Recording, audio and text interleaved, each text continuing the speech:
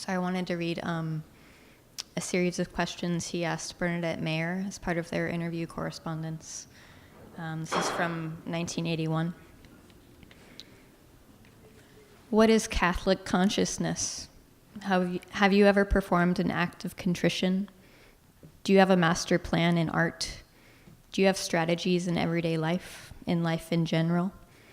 What is it to be polymorphously perverse? Don't be sly. Do you often think in sentences? Are you the same person you were 10 years ago? Have I changed much in your eyes? Is accurate observation in writing the same as honesty? What was the first music you listened to seriously? What novels have changed your life?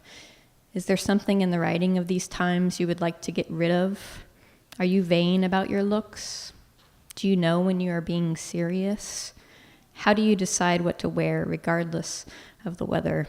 Do you see yourself as a historical figure? Is feeling a form of behavior? Is love a feeling, a form of behavior, or a state?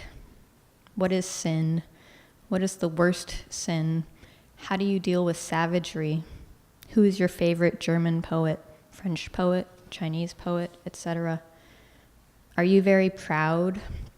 What are your ideals in art and life? Do you have any constant models for these? How do you accept what you have written? Is it a matter of good? Do you have a secret inner life? What do you think about lust? Have you ever posed in the nude? Were you satisfied with the likeness? What do you consider the most important book written by a contemporary of yours since 1970? What does sanity consist of? Where do you draw that line? In landscape, is it colors or shapes that fascinate you the most? Do you tend to will your pleasures or take them as they come?